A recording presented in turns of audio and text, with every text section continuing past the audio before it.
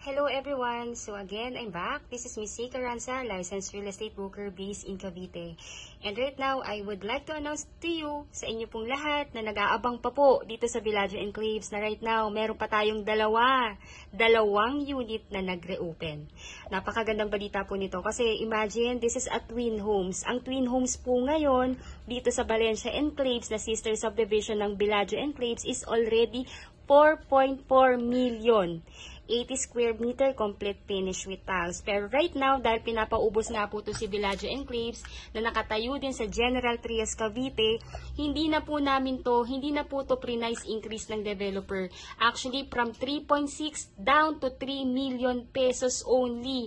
Kung anong spec ng Valencia Enclaves at ng Estancia Enclaves na subdivision or sister subdivision ng Bellagio Enclaves ay ganun na ganun din ang turnover nito. So again, by the way po, sa mga kliyente ko po or to everyone na bago lang sa aking YouTube channel, ang address po ng ating Bellagio Enclaves is Buena Vista po ito, tama ba? Ilalagay ko na lang po yung complete address ng ng subdivision sa text description ng vlog ko po na ito. So, before further ado, if you are new to my channel, please do me a big favor po. Please subscribe and hit the like button, notification in this video po para makagawa pa kami ng mga ibang informative vlog para po sa inyong lahat. So, actually itong vlog na to para to sa mga OFW ko na na mga kliyente na nag-aabang pa rin. And of course po sa ating mga kababayan na nandito sa Pilipinas na naghahanap ng affordable pero napakagandang property. So, ito po talaga yon. Ayun po. So, again, ito pong mga legends natin. So, no color, ibig sabihin po niyan, with homeowner, occupied na yung bahay.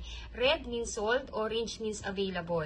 So, ayun po. So, again, ito lang po yung subdivision natin. Napakaliit lang talaga niya.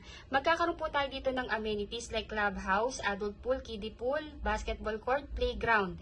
Kahit maliit siya, kasi katumbas po ito sa ibang subdivision namin, isang phase lang yan kung tutuusin po. Dito po, kahit maliit lang na subdivision to, complete amenities. And, dahil nga maliit na subdivision to, sobrang secured. Kasi nga po, konti lang naman yung babantayan ng, ng guard natin. Meron po tayong dito. Actually po, ito po kasi, nasa loob pa po ito ng isang subdivision, ng mother subdivision ng, ng subdivision na to. So, dalawa yung checkpoint. Merong checkpoint sa main gate, then may checkpoint pa dito, sa mismong entrance gate ng subdivision. So, ayun po, ipakita ko na sa inyo kung ano yung available na unit natin dito. So, ayan po, again, ito yung ating papasok sa phase, then diretso lang tayo.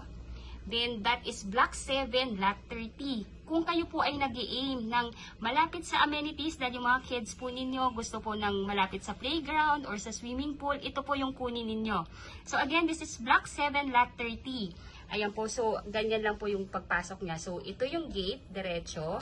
Then, sa pangalawang block, then, Block 7, Lot 30. Ito na po yon. Tapos po yung sunod na available, kung kayo naman po ay work from home at ayaw ng medyo maraming tao, maganda po to at ayaw ng katalikuran. Meron pa tayong available dito sa perimeter. So, diretso lang to. That is Block 1, diretso lang po. Block 1, Lot 36. Ayan. Ito maganda rin po ito. Ito po yung masasuggest ko sa mga work from home natin or dun sa ating mga family members or sa ating mga sa ating mga bachelors or mga young adults na ayaw po ng masyadong maraming tao. Ito po, maganda to kasi walang katalikuran. Perimeter, ang likod po niyan lupa. Lote pa po. Then, perimeter wall ng ating subdivision. So, again, unahan po tayo dito ha. Parehong maganda po yung location niyan. Kaya, let me know po kung ano yung magugustuhan niyo dyan. First reserve basis kasi napakarami nyo pong nag-aabang ng magre-reopen dito. Again, ang fair market value na ng ating bahay sa General Trias Cavite, especially yung subdivision natin na sister subdivision ng Bellagio Enclaves, na si Valencia Enclaves, right now po is 4.4 million na. That is twin homes, parehas lang po nito at kasing laki ng lote. Then yung Estancia Enclaves namin sa Tansa, which is 3.6 million. Dito po sa Bellagio Enclaves, namumukod tani. Talagang pinauubos na lang. Kaya first reserve basis. You can reserve your property through online. Let me know lang po. I will give you the reservation form sa email ninyo kung kayo OFW and ibibigay ko po sa inyo yung kung saan po ninyo deposit yung reservation fee dun sa sales officer namin. So again, you can add me in my Facebook account. Yung Facebook account ko po, nasa link po ng video na to. Kontakin nyo po ako directly. Ako po mismo yung kontakin ninyo. Again, my number is already posted in this video. So, yung sunod naman na na ano po, ipe-present ko po sa inyo is yung computation naman ng aming unit. Ayun po. So, let's proceed.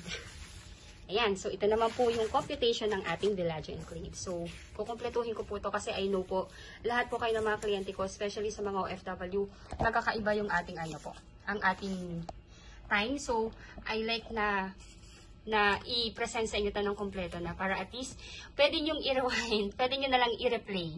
Para at least po, if you have any questions, marireview nyo po and contact me directly. So, ayun po, again, ang pangalan sa subdivision natin is Bellagio Enclaves.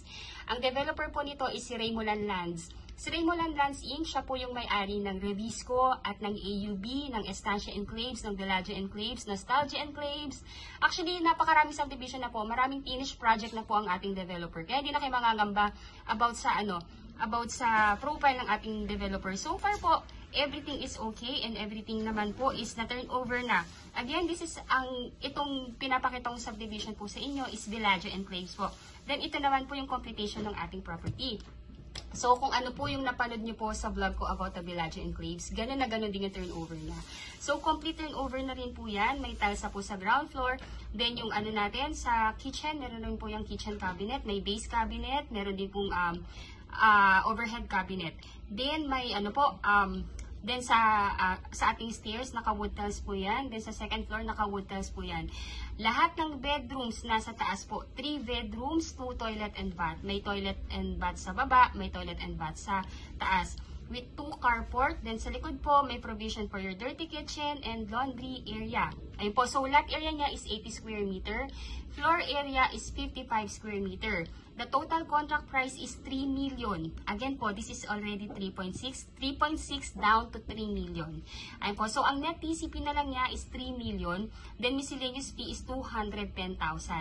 Inclusive na po dito yung title transfer, yung mga legal tax na babayaran sa government, and processing fee sa bank. Ayun po. So, ang first cash out lang po natin to reserve the unit para makakuha pa po tayo is reservation fee na 20,000. Ito po ay part na rin ng down payment. Kaya ang magiging net na down payment na lang is 35,500 plus 5% initial miscellaneous fee. Yung 5% po, base po yan dito sa 210 na miscellaneous fee. So, that is 10,500. So, ang total po niyan is, mali po yung computation ko po dyan. Ang total na po na babayaran ninyo for the down payment po is 35,500 plus 10,500. That will be 41,000 po. Tama ba? Opo, 46,000 po. Yun po yung ating total na down payment na kailangan nating bayadan. Ngayon po, yung down payment natin is payable within 30 days from the reservation po. Ngayon po, pag paid na po natin yung down payment, stop payment na po muna tayo. Wala po muna tayong babayaran. Yung ating ipapa-approve na po kasi muna yan ng ating developer sa bank. Usually po, yung approval sa bank, lumalabas po yan within the period of 3 to 4 months. Ngayon po, pag may approval na kayo, i-email po kayo directly ng bank na nag-approve sa inyo. Basahin nyo lamang po yung approval. Then, kung nag-a-agree na po kayo, replyan nyo lang po yung bank na nag-a-agree na po kayo doon para mabigyan po kayo ng date for the loan contract signing. Ngayon po, sa loan contract signing, tatanungin na rin po kayo ng bank doon kung ipapa-loan release na sa developer. Ngayon po, pag na-loan release na sa developer, yung loanable value, hihingi naman ng at least 30 days si developer natin para sa unit preparation at inspection and acceptance ninyo ng unit. Ngayon po, pag na-loan release na kayo, or na-loan release sa developer yung loanable value, doon po mag-i-start yung inyong monthly amortization sa bank. So, usually, mas pinipili ng mga client namin yung mga shorter term like 25 years to pay. Kasi po, medyo mas mababa to comparable sa 30 years. Sa 30 years po kasi is 8% yung interest, kaya medyo mas mataas yung monthly niya. Unlike sa 25 years na 7% lang. So, ayun po, kung ito po yung mapipili ninyo for 25 years to pay, ang magiging monthly amortization po is 22,221.79 centavos.